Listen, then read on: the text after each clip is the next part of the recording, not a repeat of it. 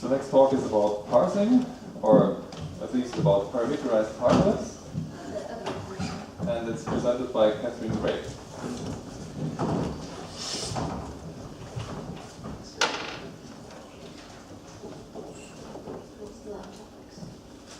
Takes some time to adjust. Sometimes. Yeah.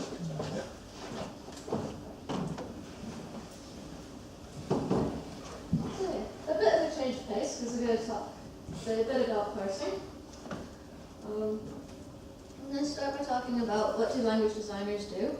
Well, they develop a programming language, spend a lot of time on it, think about it, but we're never satisfied programming language designers because next thing we know, somebody's developed a prototype extension, somebody else has separately designed another prototype extension. Honestly, maybe I've done that myself. They might have nothing to do with each other. Still not satisfied. This is now a popular language, but maybe it wasn't as safe as it should have been initially. Maybe I want to restrict it. Or maybe I want to use it in my introductory programming classes and it's crazy complicated and I don't want to deal with all of that for first-year students. So I restricted it in a different way. So the key thing about all of these is that this isn't a new language. I haven't created Java Prime. I still want Java, but I also want Java with generics. I also want Java without lots of stuff that I don't want to teach first-year students about. I want all of these to exist at about the same time. This is going to create software engineering hurdles in my compiler. Lots of different issues, but I only want to think today about what does this mean for the parser and, well, to a lesser extent, the lexer. I don't really care about the lexer, though, because I don't like lexing. Okay, so what am I really talking about here? Well, if we think about it from a grammar perspective, we'll start out with a grammar.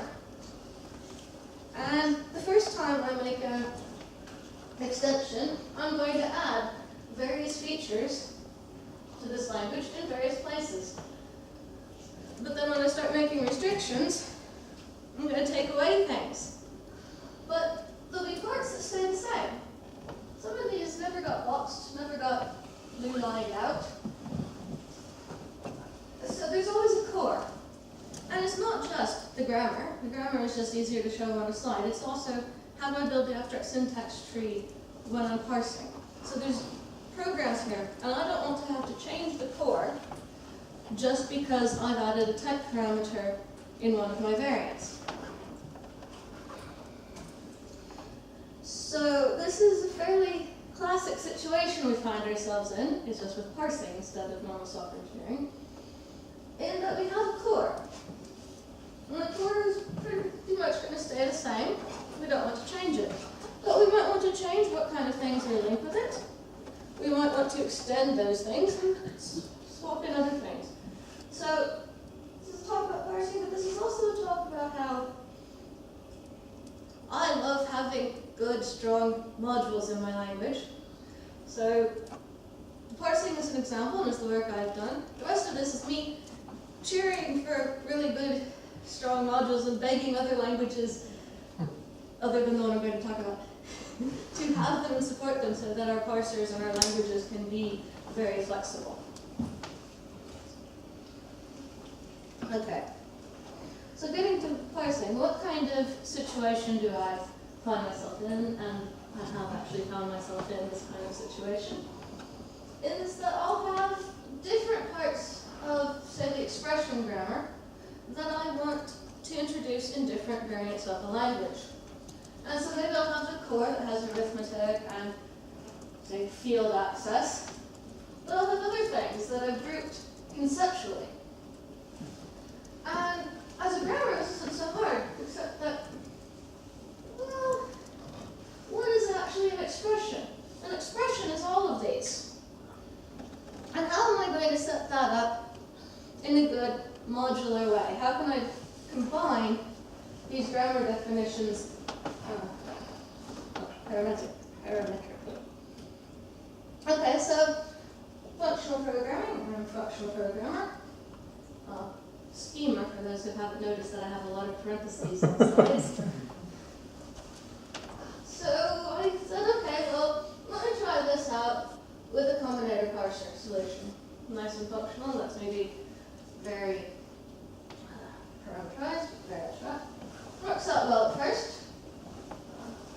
be anything too surprising there. I'm, of course, eliding all abstract syntax tree creation because it would make the slides messy. But what's going to happen for these other modules? Things that aren't the core. How am I going to represent all of these grammars in a combinator? Well, we can get there. We can do this with just combinators. One way to do it is to add lots of parameters for everything that I might be trying to be flexible over. So parameters for expressions and types, building expressions parameterized over types. It works. It loses a bit of elegance. To me, I don't know about for you, maybe the parentheses get in the way, but it loses a bit of readability. It's harder to see what's really coming into here as this expression. Well, it is an expression, why is it? And as I build them together into composable pieces, I'm having to do a lot of work myself to build up the functions at the high level for different kinds of expressions in different places, and I don't want to have to do all of that work if I can avoid it. So when I got to that point, I looked at what kind of modularity was available to me in different languages. And ML modules are very nice, but default ML modules, structures, functors, signatures, aren't recursive, and most grammars are. So that kind of said it's not going to really work. And as I said, I'm a schema. Particularly, I'm of the PLT family, so I use Racket. Racket has a very nice module system called units, which are recursive, they're higher order, and they have signatures. For the purposes of building parsers in this style, I don't really care about higher order, but recursive is necessary, and signatures makes it all very nice. In other languages, such as Haskell, I think this might be, a similar software proposed might be possible using type classes, but I'm not a very strong Haskell programmer, and I don't know how to do it. So if anyone has ideas, I'd be happy to hear them.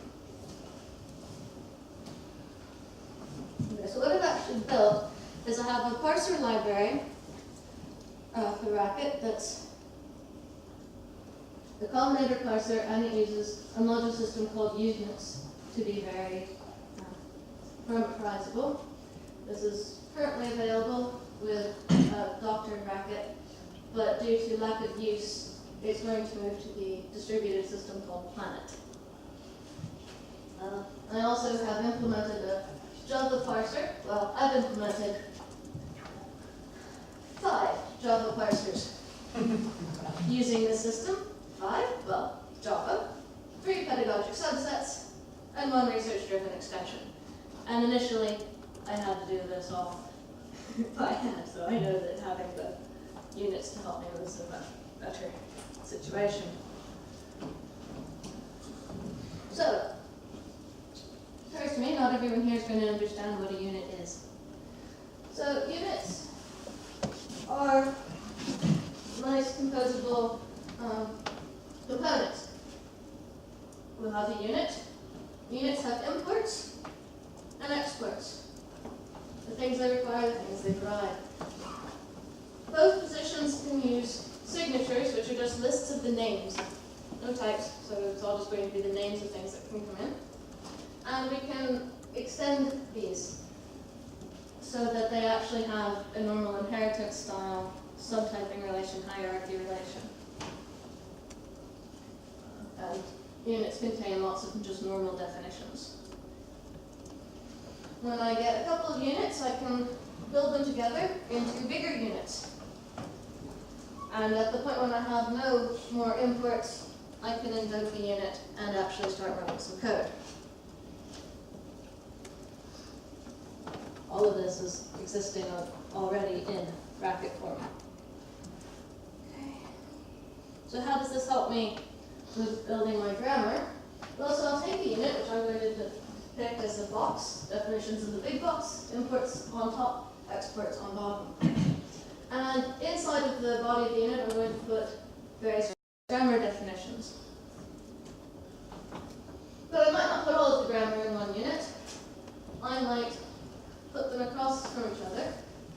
And it's fine if they mutually refer to each other, because the exports, the inputs of one unit can rely on the exports of another, and vice versa. So they can be completely recursive cyclic. And it will all work out, provided I don't have any infinite loops. But nobody's going to check, I'm just going to have an infinite loop.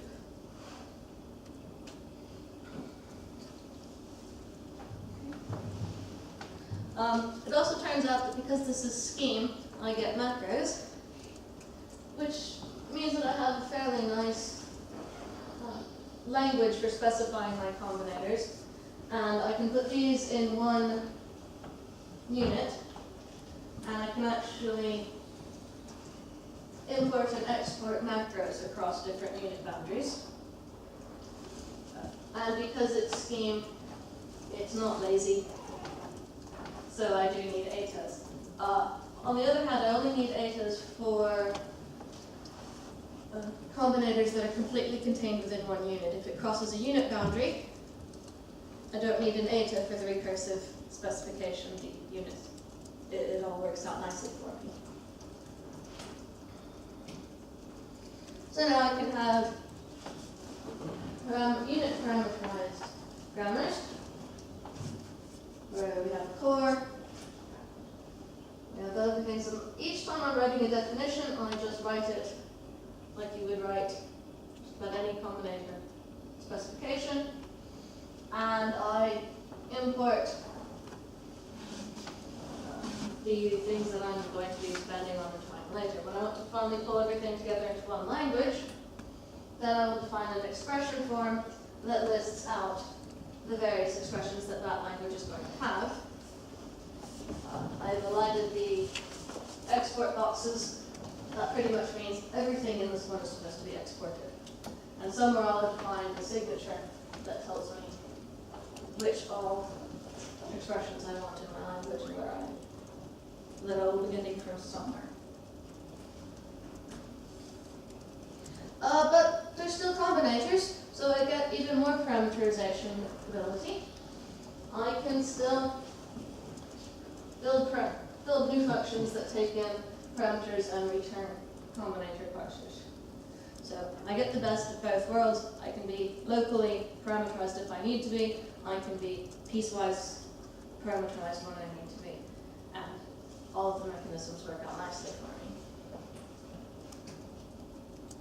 So the primary benefits of the units are that I can have my whole language implementation set up, parameterized over the forms, and these signatures aren't necessarily going to list out everything, they're only going to list out what I need to have the full language running.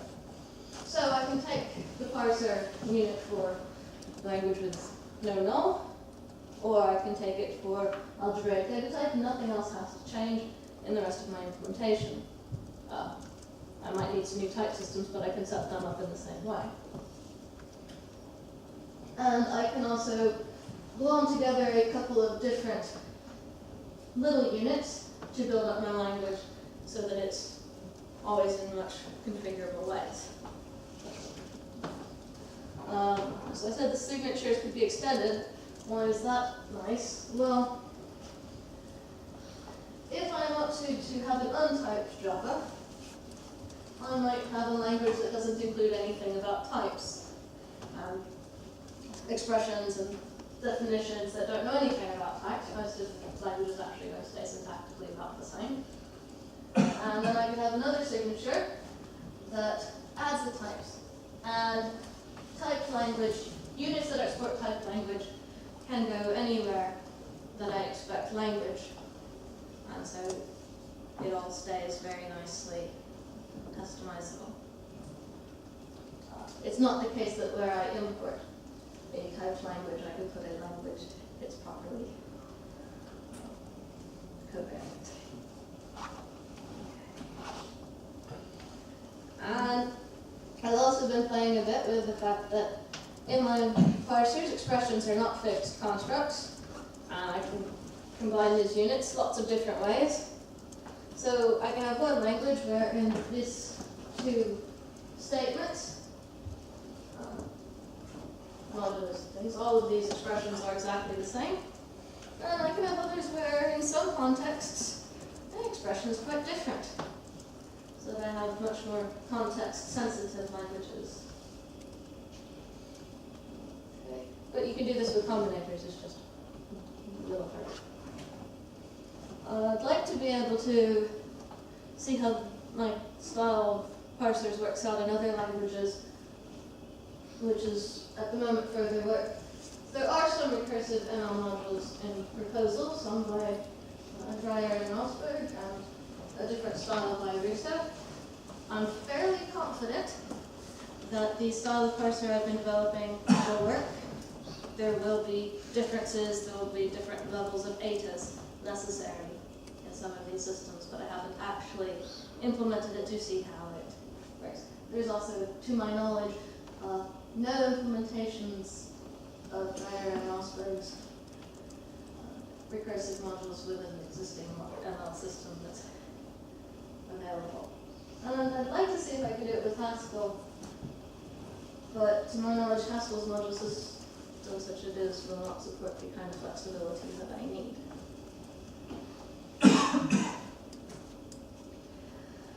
Alright, so this was a case for me where I was having to build lots of parsers, and modularity was great.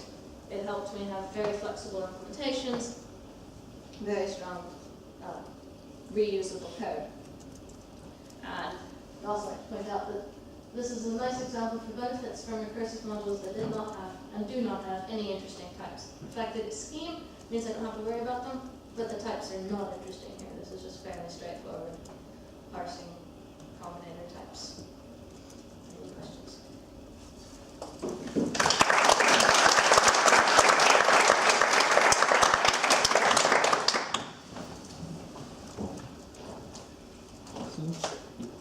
I may have missed something, but could you explain the eta thing? Oh. What is that? Is that? Sorry, eta expansion. Oh, right, okay. Right. Okay. Right. So it's not lazy, so you can't Right. immediately refer to So the normal rule of eta expansion.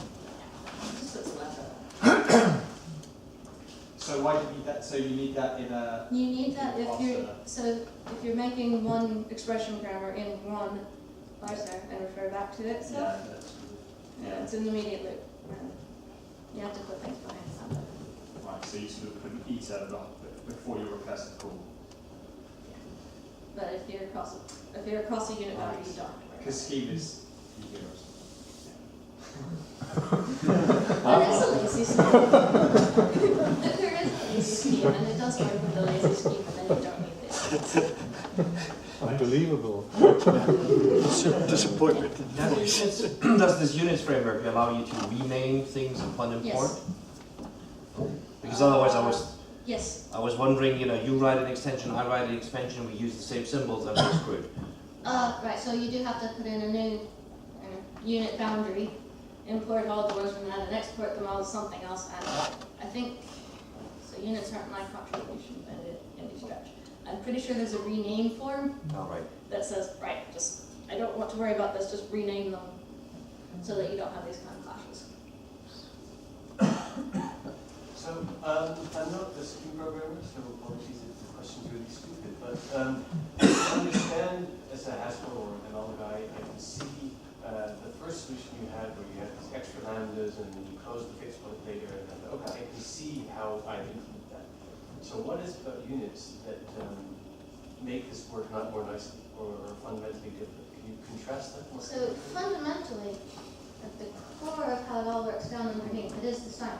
It's just that the units give me an easier way to kind of group things and build up the complicated function in the end. Okay. Because I can just say, combine. Okay. So then, can't you define a nice macro to make the original definition that you had with the extra lambda and the weird fixed point nicer? Well, units are a macro. Okay.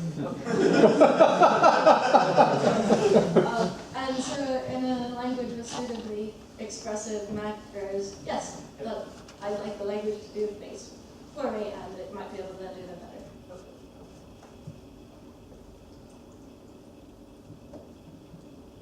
So I was wondering, is this a kind of technique that is often used when you're programming with units?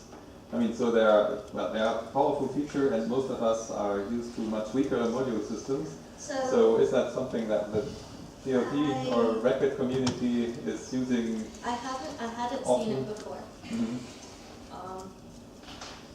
But it's used in non-trivial ways in constructing the system, as far Not as I anymore. understand. Not anymore. Not anymore. A lot of the way it used to be used was because of namespace issues, Mhm. and now that there are static modules, the units are still used for some of the graphic control, Mm-hmm. and are still used because legacies never die. But a lot of it has drifted away and isn't as powerfully needed anymore because of the strong static controls of the module system. Okay. I mean, as a follow-up on this, in particular, recursive modules. So this seems to be a major application of recursive modules where you really need this. Yeah, you have to be recursive to do this. So any other examples where you have seen recursive units in use? Real ones? Or toy or real ones? I don't Well, I know. mean, toy ones are in all of the papers on Oh. units. Real ones, not as much, no, not really. I'm sure they're there, but I haven't seen much of them. This was the first time when I really wanted to have them do it.